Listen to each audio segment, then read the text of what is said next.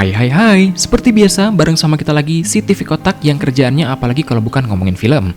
Dan untuk episode kali ini, kayaknya kita bakalan dikit baper-baperan deh, karena tema yang mau kita bahas itu gak jauh-jauh dari yang namanya pergalauan.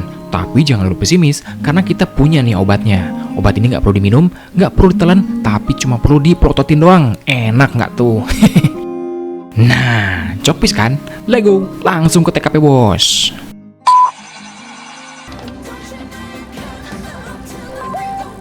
Di peringkat 10 ada judul Falling in Love. Film ini nyeritain tentang seorang cewek yang namanya Gabriela Diaz yang baru aja putus sama cowoknya karena cowoknya nggak mau diajak komitmen.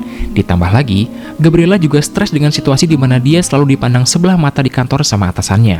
Lagi pusing-pusingnya sama semua masalah itu, satu hari dia dapat SMS soal kontes menang rumah gratis. Tanpa pikir panjang, Gabriela mutusin buat daftar dan ikutan kontes online itu, tapi malah ternyata dia yang menang. Gabriela dapat satu rumah penginapan besar di New Zealand. Berhubung dia juga lagi suntuk banget, akhirnya dia berangkat ke New Zealand buat ngecek rumah yang dia menangin itu.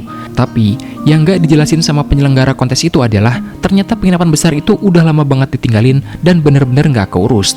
Setelah dipikirin, Gabriela akhirnya mutusin buat tinggal sementara di New Zealand dan ngerenovasi penginapan itu. Dan dari situlah, kehidupan seorang Gabriela Diaz itu berubah 180 derajat.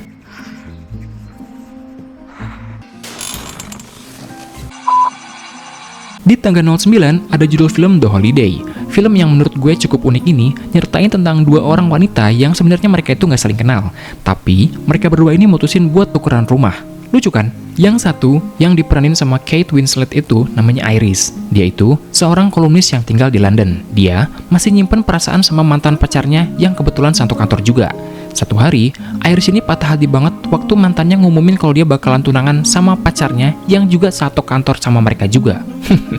Patah hati banget, Iris mutusin buat tinggal di villanya, buat me time di liburan Natal sama Tahun Baru. Yang satunya lagi, yang diperanin sama Cameron Diaz, namanya Amanda, tinggal di LA. Amanda ini patah hati banget waktu pacarnya ngaku kalau dia itu selingkuh, dan saat itu juga mereka putus. Besoknya, Amanda nggak sengaja nemu postingan Iris di website yang ngajak tukeran rumah. Dan berhubung Amanda juga lagi down banget, mereka berdua sepakat buat tukeran tempat tinggal buat 2 minggu ke depan. Mereka berdua sama-sama nggak memprediksi kalau keputusan mereka ini bakal ngerubah hidup mereka masing-masing. Access Hollywood Spotlight on an ominous score has set the tone for this gruesome juggernaut. Kita lanjutin ke peringkat 8, ada film yang judulnya Forgetting Sarah Marshall. Film ini nyertain Peter, seorang komposer musik di acara TV yang dibintangin sama pacarnya sendiri, Sarah Marshall.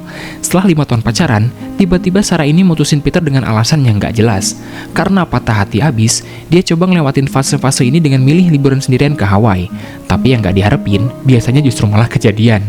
Di Hawaii ini, Peter ketemu sama mantannya, Sarah, yang kebetulan lagi liburan juga ditemenin sama pacar barunya. Ngerasa awkward banget, Peter maksain diri buat tetap lanjut liburan di Hawaii meskipun dengan kondisi yang enggak banget kayak gitu. Di situasi itu, Mila Kunis yang berperan sebagai Rachel, si resepsionis, ngerasa kasihan banget sama Peter. Akhirnya Rachel ngasih kamar suite gratis buat Peter.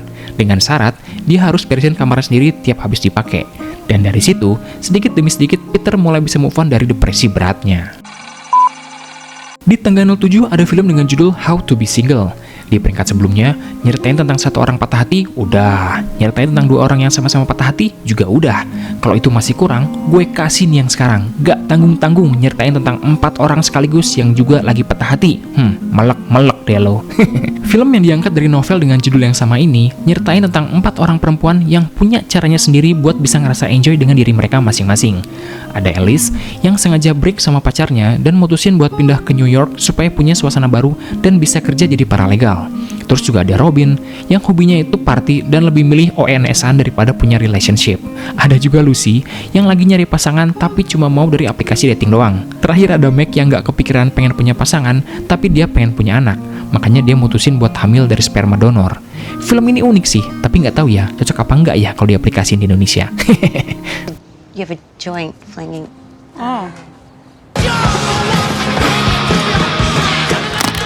Hold the orange juice.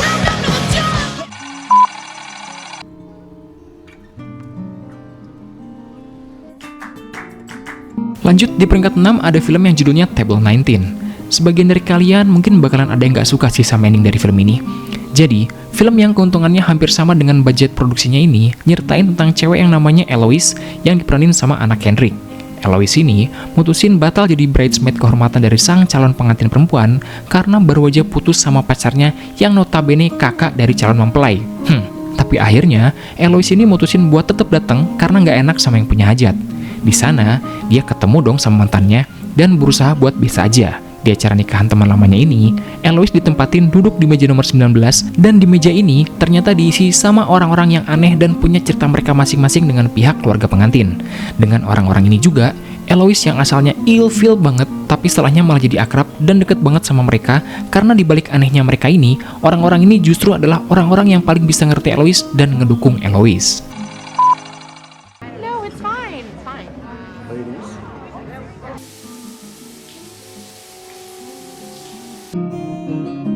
Masih ditemenin sama Anna Kendrick, di peringkat 5 ini ada film dengan judul Alice Darling.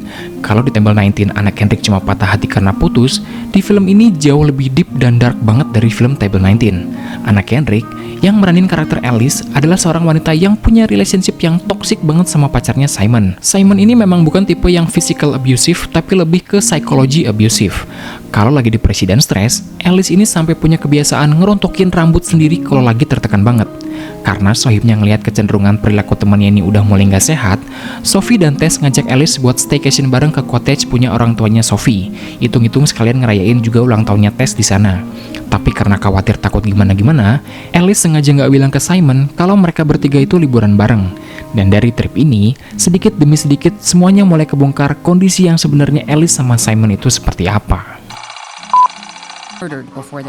Menanjak ke peringkat 4 ada film dengan judul Eat, Pray, Love yang dibintangin sama Julia Roberts.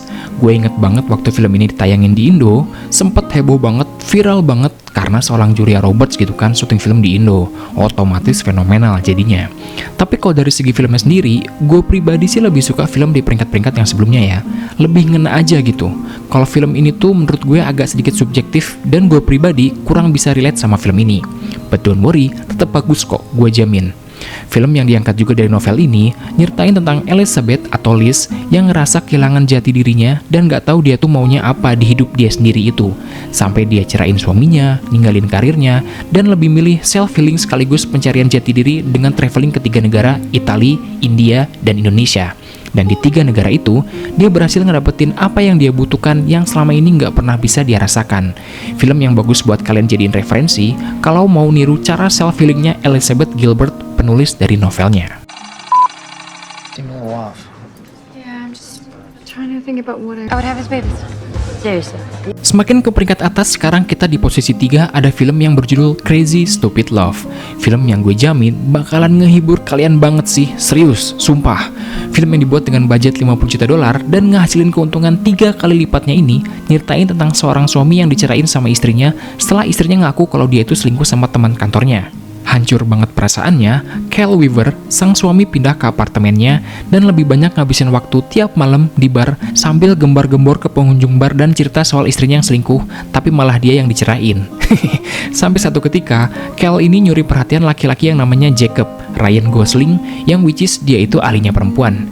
Nah, sama Jacob ini, Cal di makeover total, mulai dari penampilan, style fashion, sampai ke teknik gimana cara ngobrol dan ngerayu perempuan biar bisa suka sama dia. Pertemuannya dengan Jacob ini benar-benar ngerubah kehidupan seorang Cal Weaver from nobody to somebody. Rid of that. That's done. Okay, we can start with this. I'm the only person outside the theater. I love that outfit. Ini dia nih, di peringkat runner up ada film dengan judul yang pasti difavoritin sama cowok sih khususnya. Yes sir, Friends with Benefits, atau kalau di kita tuh namanya FWB-an. Come Secret, Come Whisper, pasti udah familiar lah sama beginian.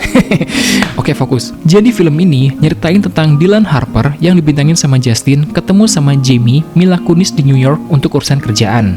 Karena mereka berdua ini sama-sama habis putus sama pacarnya, mereka ini jadi sohib banget lah dan nyaman satu sama lain.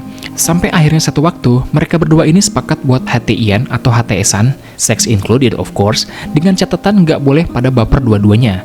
Tapi yang terjadi justru malah sebaliknya, dan ngebuat hubungan mereka ini jadi makin complicated. Chemistry yang enak banget antara Justin dan Mila ngebuat film ini enjoyable banget buat ditonton.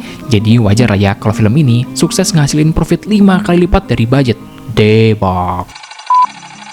Sampai juga kita di peringkat pemenang alias 01, dan di peringkat ini ada film dengan judul Marry Me. Eits, tapi jangan terkecoh sama judulnya ya. Buat kalian yang mikir temanya patah hati tapi judul filmnya kok Marry Me, tenang, ini gokil nih. Film yang dibintangi sama J.Lo alias Jennifer Lopez ini nyertain tentang J.Lo yang berperan sebagai artis terkenal yang bernama Kat Valdez. Kat ini rencananya bakalan ngumumin pernikahannya sama seorang penyanyi juga, Bastian, di konsernya Kat. Tapi pas mau naik ke stage, publik shock banget karena video skandalnya Bastian yang selingkuh sama asistennya Kat viral di medsos. Bingung, kaget, sedih, campur aduk gak tahu mesti gimana di depan fansnya, Kat ngelakuin tindakan nekat dengan milih fansnya yang lagi megang sign Marry Me di konsernya buat dinikahin beneran sama Kat sebagai gantinya Bastian. Charlie, sang fans yang gak tahu apa-apa, dengan spontan nerima lamaran Kat dan mereka berdua dinyatakan sebagai suami istri di panggung. Film ini sumpah bagus banget, apalagi ditambah sama lagu-lagunya yang juga enak banget. So, it's perfecto magnifico for you. Itu dia sobat nonton, 10 film rekomendasi TV Kotak buat kalian yang lagi galau-galaunya nih. Semoga kalian semua suka, dan kalau ada yang belum kalian tonton, cepet-cepet ditonton karena film-film ini bagus banget. Dan untuk kalian yang sekarang lagi ada di fase dimana kalian baru patah hati atau mungkin lagi berusaha buat move on, pesen gue jangan terlalu lama larut dalam kesedihan.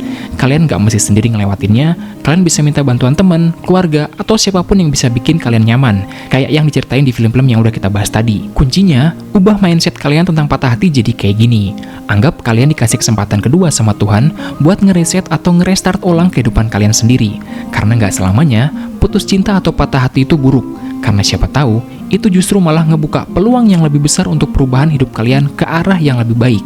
Jadi terima, lewati, dan senyumin aja. TV Kotak undur diri, peace mark.